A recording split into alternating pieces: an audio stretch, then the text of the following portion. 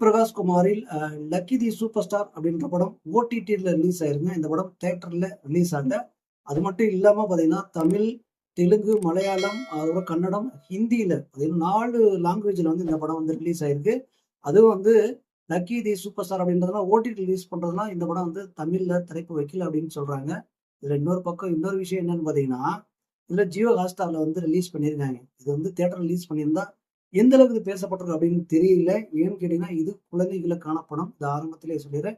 இப்ப கதை என்ன அப்படின்றத பார்த்துருவோம். பார்த்தீங்கன்னா, கதை ஆரம்பிக்கும் போதே கோவிச்சல் அவரோட வாய்ஸ்ல தான் ஆரம்பிக்கிறாங்க.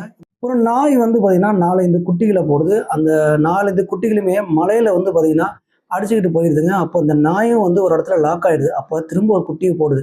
பார்த்தீங்கன்னா இறக்கும் தருவாயிலேருந்து ஒரு குட்டியை போட்டதுக்கப்புறம் இந்த குட்டி தான் நமக்கு இறைவன் கொடுத்தது அப்படின்னு சொல்லிட்டு அந்த குட்டியை கூட்டிகிட்டு அப்படியே வந்து டிராவல் ஆகுது. ஒரு பக்கம் வந்து பார்த்தீங்கன்னா ஜி பிரகாஷோட அக்கா பொண்ணு வந்து அதாவது அவங்க வந்து பார்த்தீங்கன்னா ஆன்டிசம்லாம் பாதிக்கப்பட்டிருக்கு. அப்போ இந்த குட்டி லாஸ்ட்ல போட்டுச்சு பார்த்தீங்கன்னா அந்த நாய், அந்த குட்டி பார்த்தீங்கன்னா ஜி பிரகாஷ்க்கு வந்து கிடைச்சிருது. அந்த குட்டியை கொண்டு போய் அவங்க அக்கா பொண்ணுகிட்ட கொடுத்துட்டாரு. அந்த அவங்க அக்கா பொண்ணு அந்த குட்டி கூட வந்து ஐக்கியமானதுக்கு அப்புறம் அந்த ஆன்டிசம் வந்து கொஞ்சம் கொஞ்சமா ரிலீஃப் ஆகிறத அவங்க உணர்றாங்க. இப்போ மற்ற குட்டிகள்லாம் போயிடுச்சு பார்த்தீங்களா, அது என்ன ஆச்சு? அதான் அந்த குட்டிகள்லாம் ஒருத்தரா கவுன்சிலர் வந்து முதல்வர் வரைக்கும் டிராவல் ஆகுது. அதுக்கப்புறம் இந்த பக்கம் பார்த்தீங்கன்னா, இந்த நாய் வந்து இந்த குட்டியை கண்டுபிடிச்சு இங்க வந்துச்சா இல்லையா? இதுக்கு இடையில நடந்ததெல்லாம் என்ன அப்படின்றது தான் ஏன்னா ஒட்டு மொத்த இந்த லக்கி தி சூப்பர் ஸ்டாரோட கதையே. இது வந்து ஹாலிவுட்ல ஒரு மூவி வந்து மீனை வச்சு ஒரு கதை வந்து வெளியே இருக்குங்க. அந்தோட ரெசர்வேஷன் தான் இந்த படம் வந்து எடுத்திருக்கிறாங்க அப்படின்றது வெட்ட வெளிச்சமாக தெரிகிறது. இதுல வந்து பாத்தீங்கன்னா சுகு பஞ்சு தேவதர்ஷினி தான் வந்து ஜி பிரகாஷோட அக்காவா பார்த்தீங்கன்னா அத்தனாவா நடிச்சிருக்காங்க.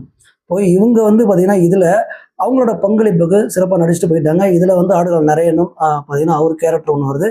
அந்த கேரக்டரும் வந்து சிறப்பாக பண்ணியிருக்காங்க. இதுல வந்து அந்த நாய்க்குட்டிலாம் இருக்கு பார்த்தீங்களா, அந்த நாய்க்குட்டிக்கு ஜிபி முத்து, மொட்டை ராஜேந்திரன், அதுக்கப்புறம் இங்க வந்து பாத்தீங்கன்னா தம்பிரம்யா இவங்கெல்லாம் வாய்ஸ் கொடுத்துருக்காங்க. கோவிச்செல்லாம் வாய்ஸ் கொடுத்துருக்காங்க. இதுல வந்து காமெடி ரொம்ப நல்லாவே ஒர்க் அவுட் ஆயிருக்குன்னு சொல்லியிருக்கலாம். ஏன்னா நம்ம வந்து யூடியூப்ல நிறைய இந்த மாதிரி நாய்கள் அந்த கார்ட்டூன் படங்கள்லாம் பார்த்துருப்போம். இதுல வந்து நேச்சுரல் நம்ம வந்து பார்க்குற மாதிரி ஒரு ஃபீல் வருது. ஏன்னா படத்துல வந்து என்ன சொல்ல வராங்க அப்படின்றத விட காமெடி வந்து இந்த மாதிரி அவங்க வாய்ஸ் ஓவர் கொடுத்து பார்த்தீங்கன்னா ஒர்க் அவுட் பண்ணியிருக்காங்க. அதுக்கப்புறம் வந்து இங்க ஆன்டிசம் வந்து அவங்க அக்கா பொண்ணுக்கு வந்து சரியாச்சா இல்லையா, நாய்க்கும் அவங்களோட கனெக்ஷன்லாம் எந்த அளவுக்கு இருந்துச்சு அப்படின்றத சுவாரஸ்யப்படுத்தவே இல்லைங்க. ஸ்க்ரீன் பிளே வந்து நிறைய இடங்கள்ல பார்த்தீங்கன்னா ஒன்றும் இல்லை. இப்போ ஆன்டிசம் அவங்க அக்கா பொண்ணுக்கு வந்து ஆன்டிசம் இருக்கு. அவங்க வந்து பார்த்தீங்கன்னா க்யூர் ஆகிறதுக்கு இது மாதிரி ஃபிட் அனிமலோட ஃபிட்டாக இருந்தாலும் சரி, இல்லை ஏதாவது ஒரு இதில் வந்து அவங்க கான்சென்ட்ரேஷன் பண்ணும்போது அவங்க கொஞ்சம் கொஞ்சம் இம்ப்ரூவ் ஆகிறதுக்கு வாய்ப்பு இருக்கும்போது ஏன்னா ஜி பிரகாஷ் இந்த நாய்க்குட்டியை கொண்டு வந்ததுக்கப்புறம் இது அவங்க ரொம்ப வந்து பார்த்தீங்கன்னா பயனுள்ளதாகவே இருக்குது. ரொம்ப நட்பு ரீதியாகவே பார்த்தீங்கன்னா அந்த நாய்க்குட்டிய ரொம்ப வந்து டீப்பாக க்ளோஸ் ஆகிடுறாங்க. ஆனால் அந்த க்ளோஸ் ஆன விஷயங்களும் சரி, இவங்களுக்கு அவங்க ரிலேஷன்ஷிப்பும் சரி, இதெல்லாமே ஒட்டவே இல்லை. திரைக்கதையில் அந்த அளவுக்கு வந்து இன்னும் சுவாரஸ்யப்படுத்தவே இல்லை. அதுக்கப்புறம் இந்த நாய் வந்து பார்த்தீங்கன்னா ஒரு இடத்துல தொலைஞ்சு போகிற சூழ்நிலை வரும்பொழுது அங்கே அந்த காரில் சேசிங் பண்ணி துரத்திட்டு போகிறதா இருக்கட்டும். அதுக்கப்புறம் தேவையில்லாத ஒரு ஃபைட்டில் வருது ஜியோ பிரகாஷ்க்கு.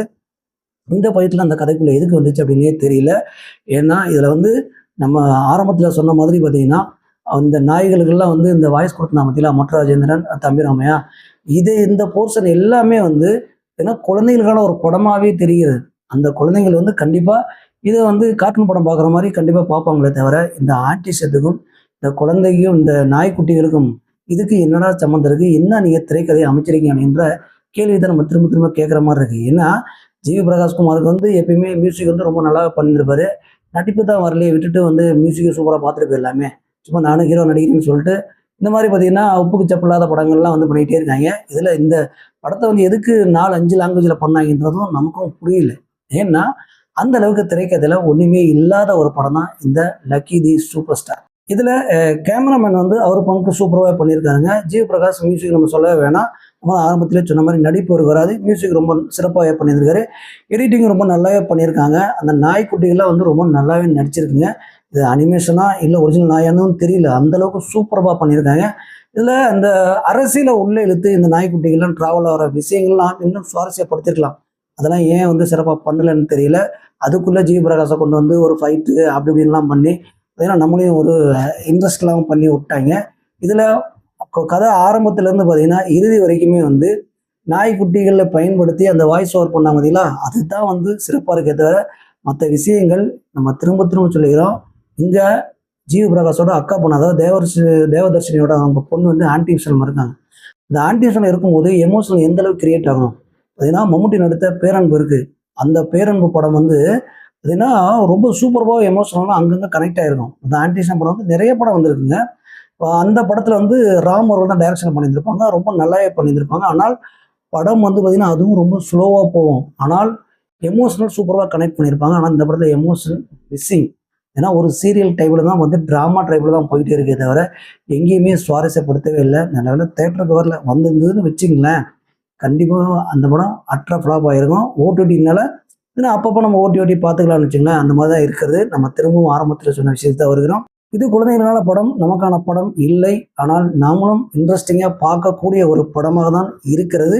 அதை திரைக்கதையில் இன்னும் கொஞ்சம் நன்றாக அவர்கள் பயன்படுத்தி இருந்தாங்களா ரொம்ப நல்லா வரக்கூடிய படத்தை திரைக்கதையில் பார்த்தீங்கன்னா ரைட்டிங் நல்லா ஒர்க் பண்ணாதனால சொதப்பிட்டாங்க அப்படின்னே சொல்லலாம்.